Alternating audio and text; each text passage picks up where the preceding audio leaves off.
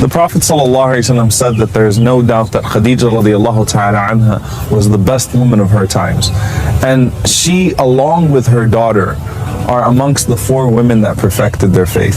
SubhanAllah. So think about that. This woman radiallahu ta'ala anha, before the revelation of Salah, before the revelation of Siyam, before the revelation of Zakah or Hajj, before the revelation of most of the rules and legislation, Khadijah radiallahu ta'ala anha managed to perfect her iman. And you might wonder, how is that even possible? Because the Prophet ﷺ is the one who told us that أَكْمَلُ الْمُؤْمِنِينَ إِيمَانًا, the most perfect of the believers in their faith are the ones أَحْسَنُهُمْ أَخْلَاقًا, who have the best character. And Khadijah radiallahu ta'ala anha, even before Islam, was known as al-Tahira, the pure woman. And SubhanAllah, you see the marriage between her and the Prophet ﷺ. She is a daughter of 2 royal people, Khuwaylid and Fatimah. And she was a rich woman, very wealthy businesswoman. She had been married before to some of the leaders of Quraysh, but she became a widow both times. And SubhanAllah, she wants to marry the Prophet ﷺ, who was 15 years younger than her. Why? Because she started to ask around about his character. She asked Maysara, she asked Nafisa. She wanted to know what the Prophet ﷺ's character was like, because she'd seen so much honesty and truthfulness from him, and that was her reason for pursuing him, in accordance with the command that would come later on, إِذَا أَتَاكَ مَنْ تَرْضَوْنَ دِينَهُ وَخُلُقَهُ فَزَوِّجُوا فَإِنْ لَمْ تَفْعَلْ, or that's the later part of that. If someone comes to you with good religion and good character, then you marry that person. Do not reject that person. And SubhanAllah, at that time you didn't have the revelation yet. You just had good character. And that's why the Prophet ﷺ was pursued by her, and that's why Rasulullah ﷺ accepted this woman for marriage, who was 15 years older than him, and was a widow 2 times, and had a son, Hind ibn Abi Hala, and all that baggage that would keep people away from a divorcee or from a widowed woman today. But SubhanAllah, they came together for character, and that's why there's not a single narrated fight or argument between the Prophet ﷺ and Khadijah radiallahu ta'ala anha, but rather their marriage was praised by all of the people of Mecca. Now, when Rasulullah ﷺ had bestowed upon him the love for isolation and seclusion, and the Prophet ﷺ started to go to Hira and started to contemplate. And SubhanAllah, for anyone who's been to Mecca, you could see that Hira is an hour's climb at least, and that's with all of the stairs and things of that sort. Imagine what it's like for the Prophet ﷺ at that time to climb up there. And Khadijah radiallahu ta'ala anha, she didn't say to the Prophet ﷺ, why are you staying away from home? Why are you spending weeks up there and sometimes over a month? In fact, she supported the Prophet ﷺ in trying to find guidance and trying to find those answers. And she herself radiallahu ta'ala anha, think about this. By the time the Prophet ﷺ is 40, she's 55 now. She's climbing up that mountain now to take food to the Prophet ﷺ and to comfort the Prophet ﷺ. And then when the Prophet ﷺ comes down from Hira, and he comes to Khadijah radiallahu ta'ala anha with the famous words of Zambiluni, embrace me, cover me up, seeking comfort in Khadijah radiallahu ta'ala anha, she didn't say to the Prophet ﷺ, maybe you shouldn't be going out there so long. Maybe you should stay home more often. Maybe you shouldn't have been out there in the first place. She didn't say to the Prophet ﷺ, I think you're getting a little crazy on us. She didn't say to the Prophet ﷺ, I think that it must be some demons or something like that. Rather, she would reassure the Prophet ﷺ. She supported him emotionally and religiously here. Think about this. She says to the Prophet ﷺ, Wallahi la yukhzika Allahu abada. Allah subhanahu wa ta'ala will never disgrace you. Why did she say that Allah will never disgrace you? And she started to mention, إِنَّكَ لَتَصِلُ rahim, because you uphold the ties of kinship. You're good to your neighbor. You're generous to your neighbor. You treat the orphans well. You take up the cause of the one who has been wronged. In essence, what is she saying to the Prophet ﷺ? She's saying Allah subhanahu wa ta'ala loves you for the same reasons that I love you, and the same reasons that I pursued you for marriage. Again, good khuluq is good iman.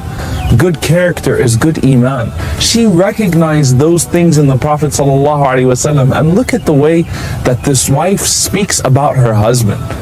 You know how beautiful that a spouse will speak about her spouse, or a spouse would speak about his spouse in that beautiful manner. This is how I see you.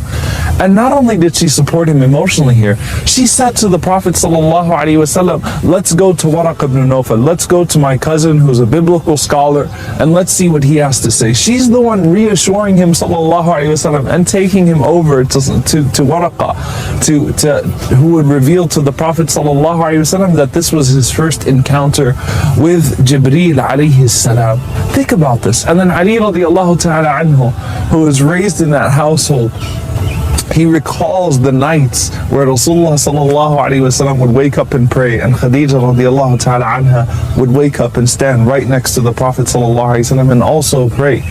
I mean, that's incredible. She didn't say to the Prophet sallallahu alaihi wasallam, all right, I don't know what this journey is that you're going on right now, but you know, I'm not going to stand up and pray, but I'll let you stand up and pray. She stood up and she prayed with him, sallallahu alaihi wasallam. So she gave him emotional support. She gave him religious support. When the Prophet sallallahu alaihi wasallam called to his people and the people rejected him, she didn't say we were doing good in society, we had high status, and now our reputation is being tarnished, because she is at-tahira and he is a sadiq al-amin sallallahu alaihi wasallam.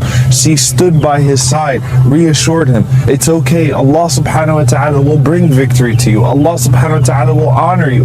And then she even went to the length of financially supporting the Prophet sallallahu alaihi wasallam's call and mission and purpose.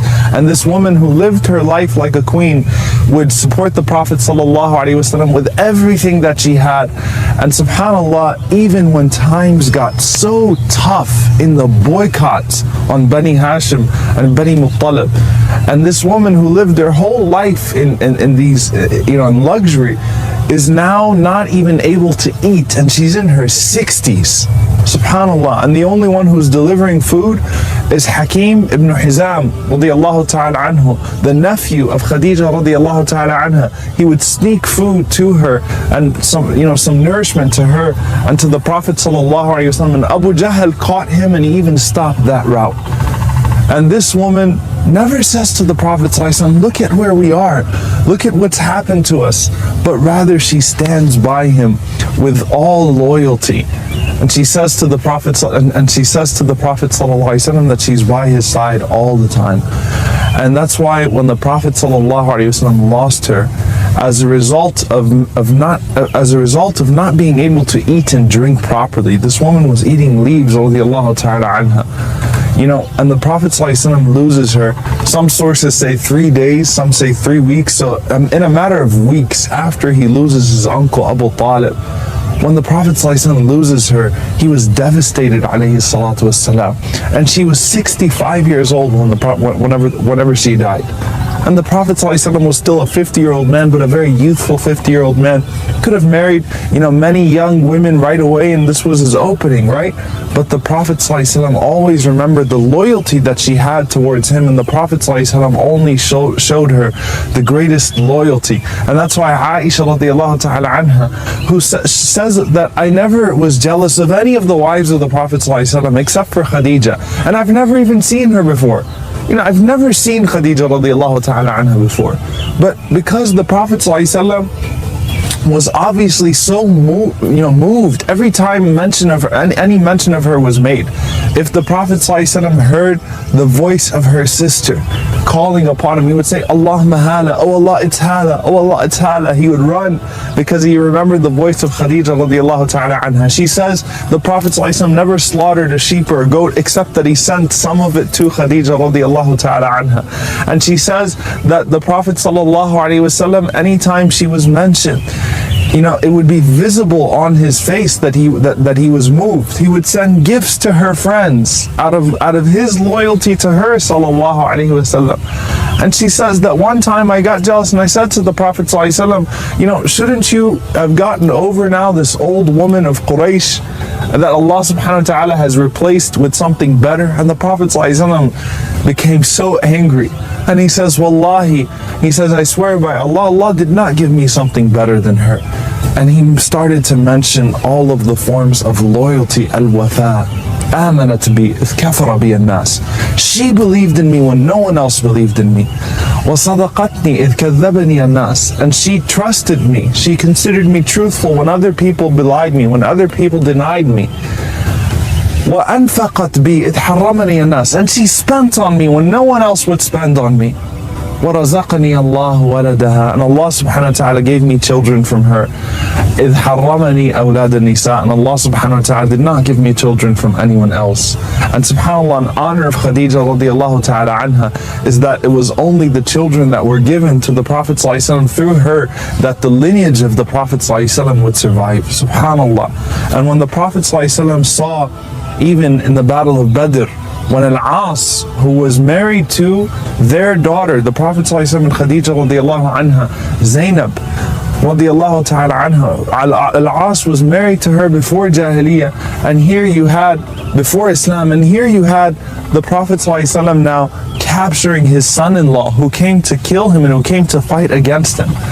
And Zainab sends her necklace, the necklace that was given to her by her mother Khadijah radiallahu ta'ala anha on her wedding night, as ransom for Al-As, her husband. And the Prophet ﷺ sees that necklace, and it moves him so much that the Prophet ﷺ says to the Sahaba, "In shi'tum, if you will, send her back her prisoner and send her back this necklace." Why did he say in shi'tum, if you will? Because it wouldn't be fair to the Sahaba who had to observe all of these rules and all of these laws if the Prophet ﷺ exercised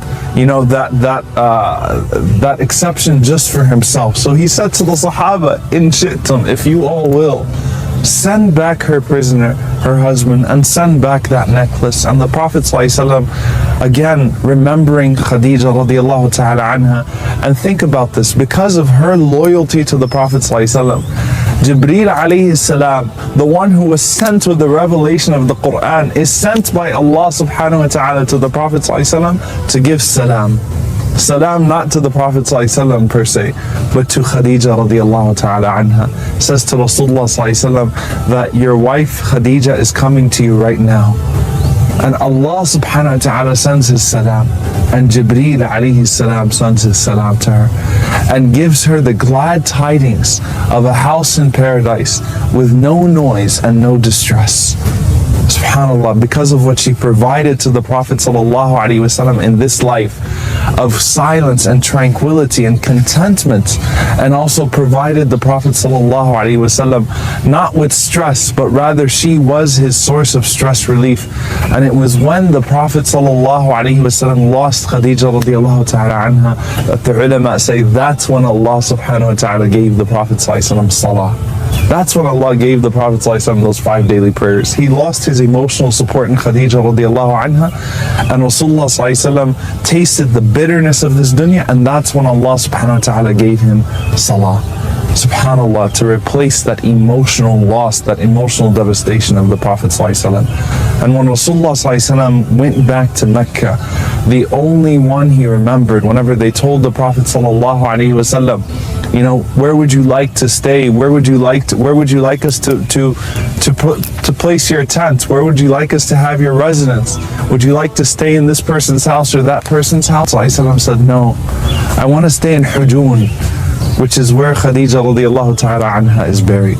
And the Prophet ﷺ, just as she believed in him, emotionally supported him, financially supported him, the Prophet ﷺ responded to each one of those supports with dua and with love and with loyalty. And we take from that woman radiallahu ta'ala anha the beautiful quality of al-wafa and good character. We ask Allah subhanahu wa ta'ala to make us like Rasulullah ﷺ and Khadijah radiallahu ta'ala anha in all of our affairs, and also of course specifically in our marriages. And we ask Allah subhanahu wa ta'ala to grant us that concept of loyalty and that great character, and we ask Allah subhanahu wa ta'ala to better our iman as a result. Allahumma ameen. Jazakum Allahu khairan. Wassalamu alaikum wa rahmatullahi wa barakatuh.